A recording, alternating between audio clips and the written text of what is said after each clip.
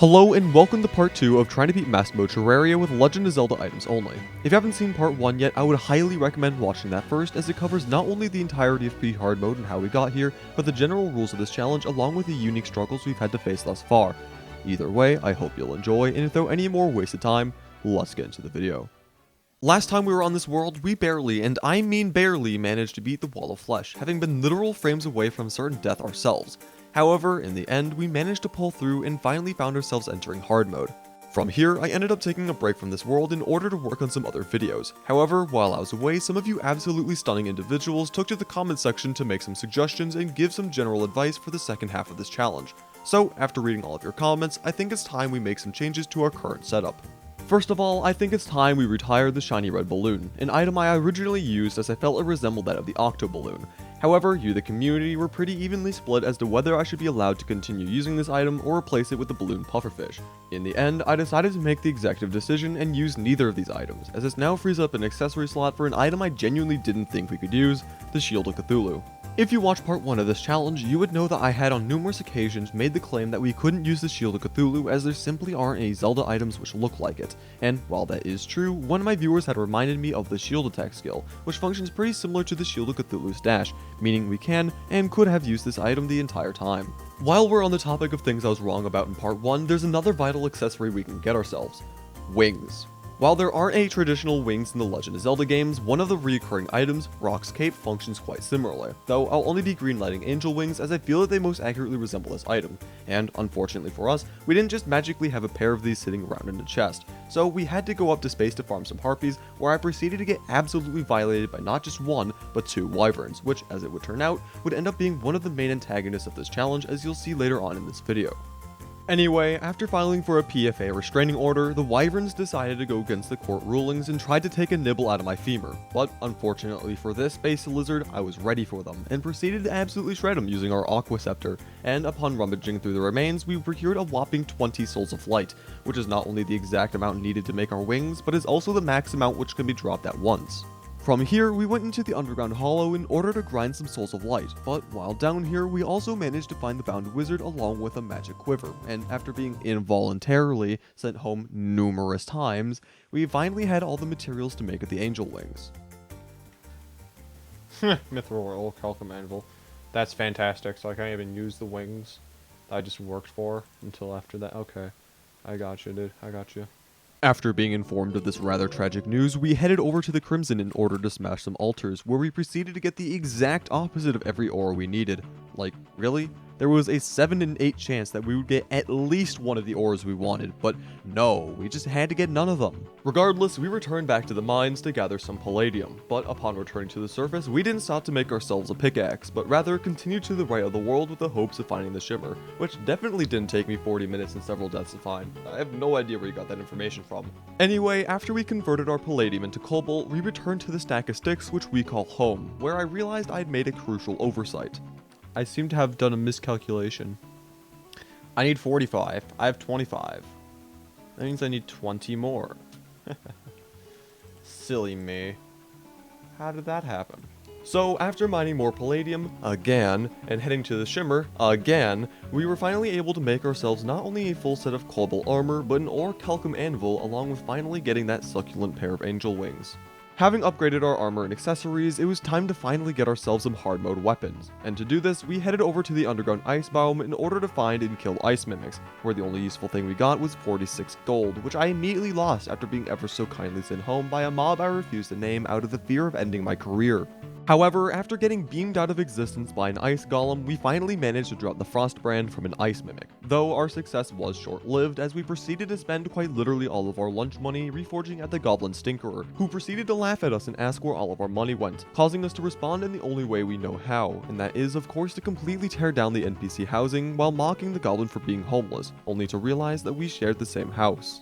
Not wanting to be homeless, I proceeded to spend the next 3 hours rebuilding the town, consisting of the main house, an outdoor courtyard, the storage building, along with making some apartments for the extra and unwanted NPCs, which I am personally going to make sure are going to go into generational debt for paying the quote-unquote reasonable price of $3,500 per month. Anyway, from here, we went back to the caverns in order to get ourselves some Ichor and Souls of Night, where I proceeded to get trickshotted by a skeleton archer so hard that I genuinely considered retiring on the spot and never touched the game again. However, I have a video to make and an audience to please, so I went back to the 9th Circle of Hell to get the remaining Ichor and Souls of Night needed to craft the Golden Shower, an item we will most certainly be using throughout the remainder of this challenge. Before we try our hand at fighting the mech bosses, I went ahead and gathered several frost cores, along with enough adamantite in order to get ourselves a full set of... Did I actually miscalculate the amount of ores needed for a second time? And oh, isn't that just lovely? Not wanting to fight the twins in cobalt or even partial frost armor for that matter, we had a clock to race. So we hopped down our elevator and was able to mine enough adamantite to finally craft ourselves a full set of frost armor. And from here, we waited. And waited a bit more before realizing that the twins had stood us up and would not in fact be spawning tonight. Feeling rather disappointed with the previous night's events, we slept for an entire day so that we could summon the twins ourselves, and seeing as our main weapons comprised of the Golden Shower, a gold bow, and Hellfire arrows, we had rather unsurprisingly died almost immediately into the fight. After this rather embarrassing attempt, I tried to reforge our gear at the Goblin Stinker once more, but when we inevitably ran out of money, we went back to our mob farm where we somehow managed to get the marrow along with the beam sword. At the time, I wasn't even sure if we could even use the marrow in the first place, but upon asking my Discord server, a resounding number of you said yes, so we made our way back to the arena to challenge the twins to a rematch, but were instead greeted by the probe master himself, who then proceeded to probe us with one of his various probes, leaving me mentally scarred for the rest of my probably short life. Anyway, after the unspeakable events which just took place, we summoned the twins for a rematch, and things were actually going quite well for us, being able to not only bring Spasmatism into his second phase, but completely killing him altogether. But right as we managed to get Retinazer into his mechanical form, we were absolutely horrified to see that our PFA restraining order had just expired, and taking full advantage of this, a wyvern appeared from the heavens above, distracting me from Retinazer's relentless barrage of lasers, causing us to fumble the bag and being laughed at and humiliated by the Dryad, a fate worse than cleaning a Taco Bell bathroom during rush hour traffic. Wanting to repair our reputation, we went back to the arena to settle things once and for all with the twins, and after taking down Spasmatism, we made sure to stick to the lowest platform to prevent any chance of a wyvern ruining yet another attempt. And sure enough, without any wyverns to distract us, we were able to take down Retinazer, officially killing our first mechanical boss after a total of 24 hours spent on this world, making this playthrough on track for being one of the longest and most psychologically painful I've done thus far. But Crispy, you may be asking, why did you specifically choose to fight the twins as your first mechanical boss? And to that, my answer is quite simple, the magical harp. This weapon shoots a barrage of projectiles which can penetrate and pierce through multiple mobs at once, making it one of the best weapons we can use against the destroyer. But even still, I quickly realized that it wasn't quite enough to deal with the ungodly number of probes. So after dying to a random possessed armor, I decided to test out what would happen if we were to only use the Golden Shower, and somehow actually won. Mind you, this fight took literally the entire night, and I only had a couple of seconds to spare, but the destroyer is dead, and I'm personally not going to complain about that. What I am going to complain about, however, is getting beamed out of existence by the 4th rune wizard of this playthrough whilst trying to fish for some potions. Anyway, having beaten 2 of the 3 mechanical bosses, we decided to finish what we started and summon Skeletron Prime, and Jesus Christ, is that another wyvern? Whatever, it's fine, we can just go back and do another attempt. It's not that big of a deal, and oh my god, did I just really die because of a zombie right now? I'm gonna lose it. I'm losing it. I have absolutely 100%. After the previous attempt, I was at the end of my rope, so I decided not only to make a long asphalt platform, but also lower the overall height of the arena to hopefully combat the wyvern infestation we've been having recently. And with these changes, we found ourselves with full health and relatively close to killing Skeletron Prime. This could be it. We may never have to deal with Skeletron Prime again. All we need to do is just not blunder this fight for literally no reason. The amount of pain I'm feeling right now is indescribable, and the amount of hair I've lost from this fight alone has even Steve Harvey jealous. I'm losing it. How much longer will my suffering continue? Actually, please don't answer that. I don't want to know. Given the previous events, I decided to make an artificial corruption in order to fish for some wrath potions. So I bought some corrupt seeds for the Dryad and proceeded to do just that. And on the next night, we took to the arena once more, where things once again were looking just as smooth as my now balding head.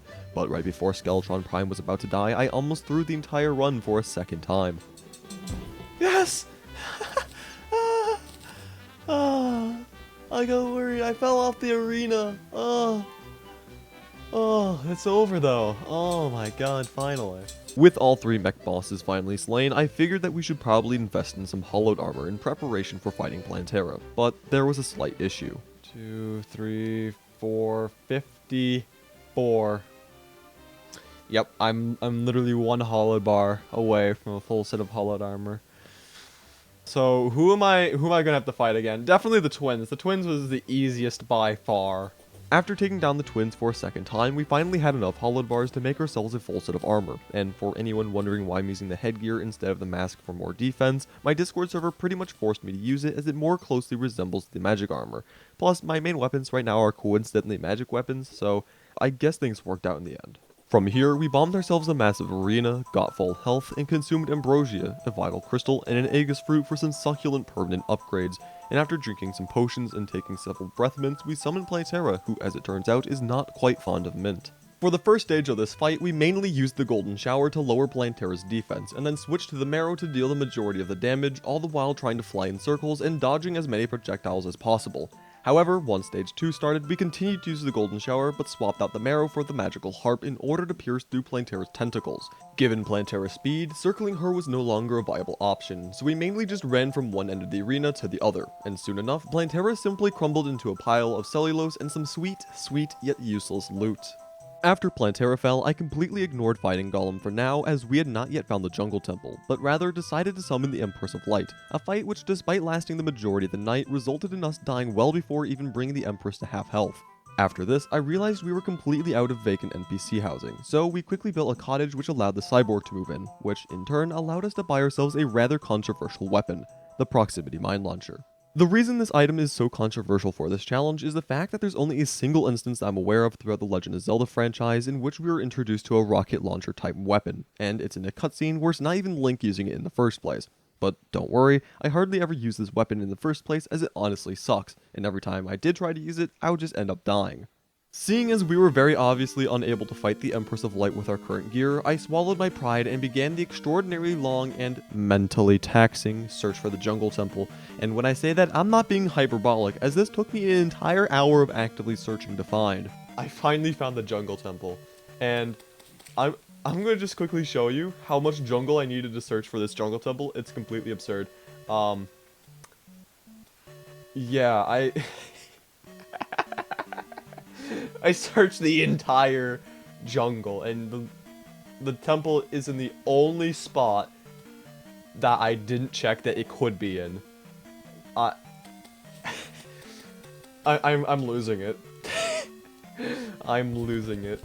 Remember when I said that every time I tried to use the Proximity Mine Launcher, I died? Yeah, well, I tried to use it in the Jungle Temple, and after turning myself into a trillion smaller pieces, I ended up dying an additional 3 more times before I even managed to enter Golem's personal gamer den. And the way I know this is a gamer den is the fact that no natural light has found its way into this room for a couple thousand years at the very least. Quite ironic, as there's an altar with presumably the sun above it, along with the fact that Golem can drop the sunstone. Anyway, once we were in the boss room, I realized I had completely forgotten to make potions, but decided to give the fight a try regardless, where we managed to bring Golem down to half health before getting beamed out of existence.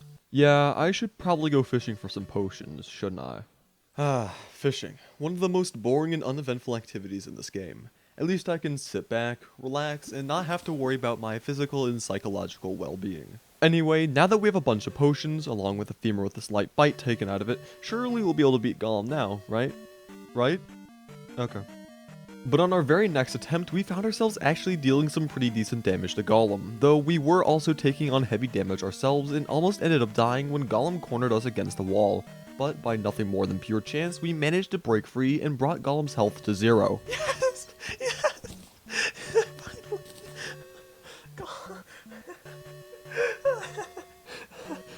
With Golem finally defeated, we went back to our base in order to craft ourselves a full set of turtle armor, which we then turned into beetle armor, bringing our defense up from a measly 67 all the way up to an insane 109.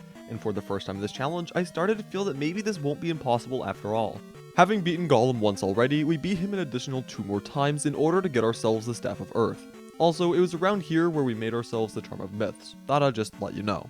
With the Staff of Earth, we headed over to the dungeon, not to fight the lunatic cultists, but to farm ectoplasm, which we used to make a pumpkin moon medallion in the hopes of getting ourselves a horseman's blade. With our newfound weapon, we were able to very easily shred through the first couple of waves, but started to slow down once the hellhounds and headless horsemen started to spawn. Also, it turns out that Morningwood over here is not a big fan of us staying alive, and we ended up dying 3 times during this event. However, we were able to get a pumpkin to spawn, but were sadly unable to drop the weapon we needed. Because of this, we returned to our arena the very next night to start the pumpkin moon a second time, where we managed to kill 2 more pumpkins, but unfortunately, no blade was dropped. Needing to make another medallion, we tried going back to the dungeon to grind some more ectoplasm, when we accidentally ended up starting, in my personal opinion, the worst event of the entire game. No, no, no. No, no, no, no, no, no, no. I think it's too late. Ah, this is not what I wanted. Using the Staff of Earth, we were able to save ourselves a smidge bit of sanity during this event, but even still, this ended up being one of the longest 10 minutes of my life. Either way, the Martians were eventually defeated, which meant it was time to once again start another Pumpkin Moon, where we got absolutely nothing. However, on our 4th attempt, we finally managed to get ourselves the Horseman's Blade, signaling the end of one painful grind and the start of a far, far more painful one. But first, the customary ritual of giving all of our money to the sulfur-reeking maidenless goblin in hopes of getting an actually decent reforge. Dreading the pain we were about to endure, we headed back up to the arena that very night to once again summon the Empress of Light, where we used our brand new Horseman's Blade to deal some extra damage whenever she was close enough for our little arms to reach, but otherwise we sat back and used the Golden Shower along with the Staff of Earth to deal the majority of our damage, but due to what's known as a skill issue, we found ourselves dying quite early on in the fight. The next night, we summoned the Empress of Light yet again, where we actually managed to bring her into her second phase, and despite dealing a rather impressive amount of damage, we ended up getting overwhelmed by the increased speed of her attacks, and, to the surprise of nobody, died once again. Dude, I was close. The next night, however, we found ourselves actually getting incredibly close to beating the Empress of Light. Oh hey, is that morning? The next night, however, we found ourselves actually getting incredibly close to beating the Empress of Light. Oh hey, is that morning? I can actively feel my hairline receding at near exponential speeds as this fight is causing me untold amounts of physical and emotional distress.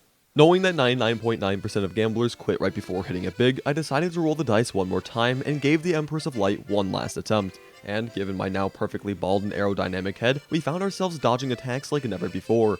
But even still, the dreaded 430 was quickly approaching with nothing we could do to stop it. All we could do now was wait. Oh! Finally! Oh, right as it became day, right as it became day, right as it became day. Oh, my heart rate is up. Okay, what did I get?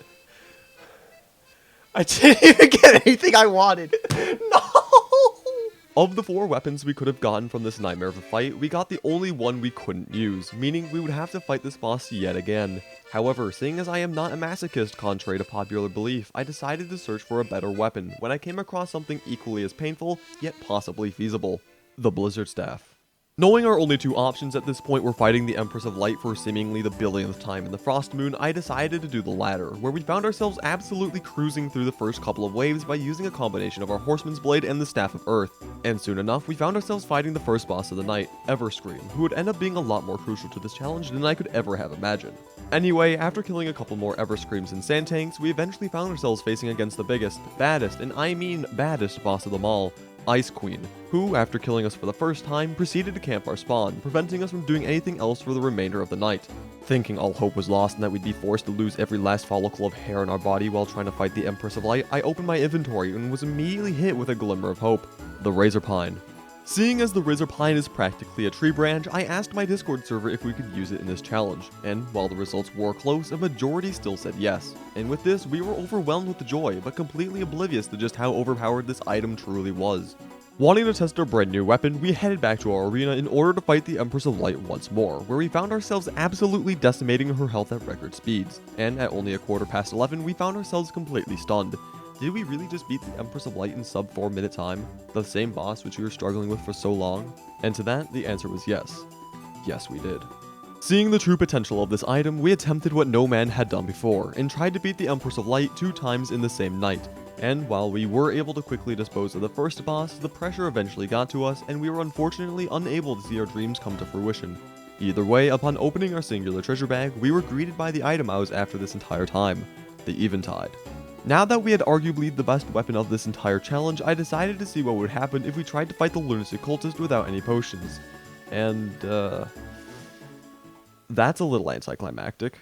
I honestly expected more from the Lunatic Cultist, but we managed to maintain practically full health the entire fight. So, I guess it's time to fight the pillars? First up, we have ourselves the Vortex Pillar, where our main strategy was to only get Alien Queens to spawn, as they are quite easy to deal with, especially from a distance. During this pillar, we only managed to die once, and that was because of a random projectile which fell seemingly from the heavens above, as there was no other explanation for its origin. But once we collected the remnants of the first pillar, it was time to move on to the second, the Solar Pillar. In my previous video, I mentioned how the Solar Pillar is quite possibly the worst pillar of this entire event, but in reality, so long as you keep yourself on the ground and keep a close eye on Fire Sonic, you should honestly be fine for the majority of this pillar. That being said, I did end up dying twice, but that was, or at least should have been expected in the first place. Up next is the Nebula Pillar, which is honestly more so deserving of the Worst Pillar award, where I managed to die a total of 4 times, with the last death honestly being the game just giving a big middle finger. 26 health! Really? 26 health? You couldn't just let me kill the pillar? Oh my god. So I responded the only way I saw fit, and that was to use the enchanted sword to deal the final blow. Lastly, we have ourselves the Stardust Pillar, which is well regarded as the easiest pillar in the entire game. Okay, look, it's still a pillar, so dying once is to be expected. Okay, 2 deaths isn't the end of the world, okay? It won't happen again, I promise. So what if we died 3 times? We died 4 times to the Nebula Pillar. It's not that bad, all things considered. 4 deaths. Okay, so we died 4 times. What are you gonna do? Sue me? See, all it took was 4 deaths. We can just kill the pillar and just move on with our lives. After respawning, we made our way to our arena to face the 3-eyed mutant calamari man himself, but seeing as we started this fight already quite low on health, along with taking a direct hit from the phantasmal death ray early on, things weren't looking quite so good for us, I must admit. During this fight, it also became very apparent that while our wings are able to let us dodge the phantasmal death ray, it's only just barely able to do so, and after mistiming one of these cycles, we ended up getting completely eviscerated. Armed with the knowledge from our past mistakes, we went into the second fight re-exhilarated and learned the timing needed to evade the death ray, allowing us to live for much longer than our first attempt. From here, we managed to take out all 3 of Moonlord's eyes in relative quick succession, exposing his core.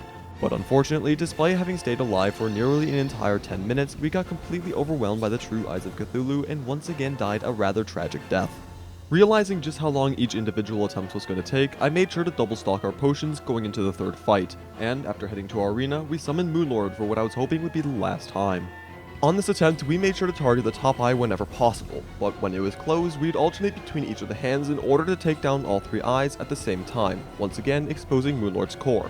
From here, our only real threat were the true eyes of Cthulhu and their miniature phantasmal death rays, so we tried to outrun them using our asphalt platform, and while this did work to some degree, oftentimes Moonlord was simply too far away to deal consistent damage. But after some experimentation, we found a distance which seemed to work quite well and were able to deal some heavy damage, while for the most part being able to avoid taking damage ourselves. And finally, 4 months after initially starting this challenge, Moonlord, like the many bosses before him, crumbled away into nothingness, meaning we had officially beaten Master Mode Terraria while only using items from the Legend of Zelda game franchise. And of course, if you enjoyed watching this video, please consider subscribing and make sure to turn on the notification bell to be notified when I do more Terraria challenges just like this. Anyway, thank you again so very much for watching, and I'll see you in the next one.